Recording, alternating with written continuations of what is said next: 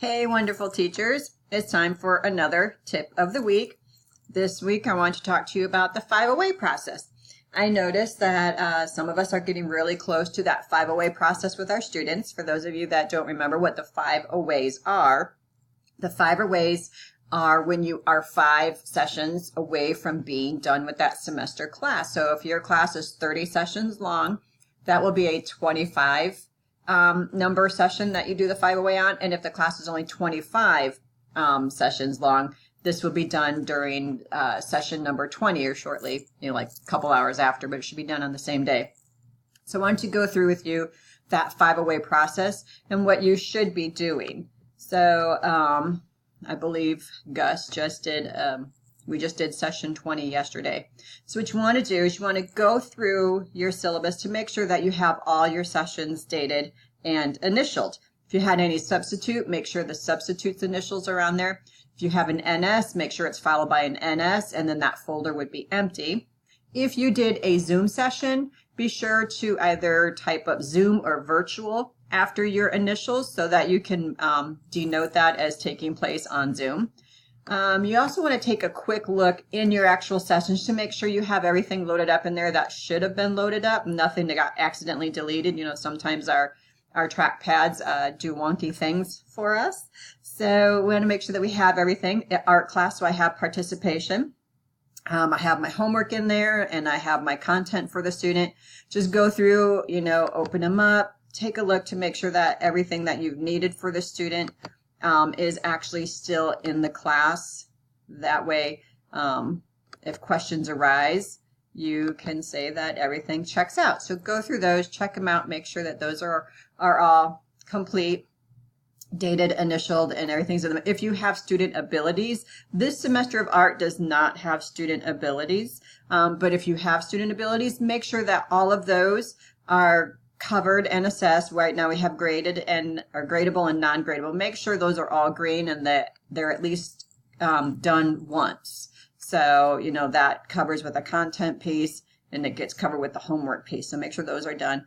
Or if you have an assessment or a project that you have in there, those would be covered as well. Another thing I really want to encourage you to do is go to your weights category up here at the top. And it should have all the things, all your different categories listed. So open these up and make sure that everything that you have in here, see, I've got some participation here in the homework category. I'm going to have to go and move these out. And the best way to do that is to click on those little dots, come over here. It brings me to the editor page for it, and then I can save it. And it then moves it to the proper participation category. It looks like all my participation pieces are properly categorized projects. That one is corrected. So all the ones that are not categorized properly, just go ahead and edit them right here. I think this is a really great tool, so you don't have to go back into your gradebook or go back into your assignments for your separate sessions and try to figure out which ones needed to be redone. So I will go and finish that later because he's on session 20. So I will recategorize those. Go back to syllabus here. Then go to your gradebook. Make sure that you've got all your grades current for the homework pieces that you have turned in and for all your participation. You don't want to leave any of those ungraded to the last minute. You want to make sure all of those are graded. Then the next thing you want to do is you want to go to your Genius charting. And you would know if you didn't chart a session for this, it would come up quite prevalent. But just make sure that they're all complete. Or if it's NS, it'll be blue. For those of you that teach science and do labs, it'll be yellow for a lab. So just make sure that all of those are checked off and complete as well. And then what you want to do then is email Emily and Amy Lee to let them know that you are 5 away from completing this semester of this class. That helps Emily to contact the student and the parents to get them, on the schedule for the next semester of the class. It also helps Amy Lee she only gets a report once a week. And right now, because of the email situation, the reports aren't getting sent out, but she would only get a report once a week about all the classes that are 5 away, but she's not getting that report right now for some reason. So it's very helpful for her if we are sending her the email as well to let her know, I'm 5 away. We are at session 20 out of 25 or 25 out of 30. So you can start your DH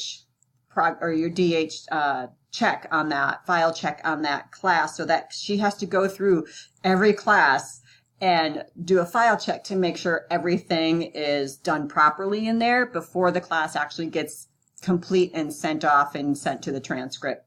So that gives her plenty of time to go through all the classes to get all of those done. It's a very tedious process to do that. She has to go through each session. So if you already go through and you make sure everything's in there, her job is a little bit easier. But then also telling Emily and Amy Lee that class is ending, it lets them know that you now have this open time slot available and Emily can try to fill it so your schedule stays consistent. So it helps Emily, it helps Amy Lee, and it definitely helps you keep a consistent schedule. So that is all there is to the 5 away process. If you have questions or if you need anything, just let me know. Another thing is if you need mastery learning sessions, add that in there. Tell Emily how many that are required. So, and the parents should already know. You should be keeping them up to date on that already anyway. So, like I said, if you have questions, if you need anything, you want to talk with me about this, just come to me or send me an email. Happy charting!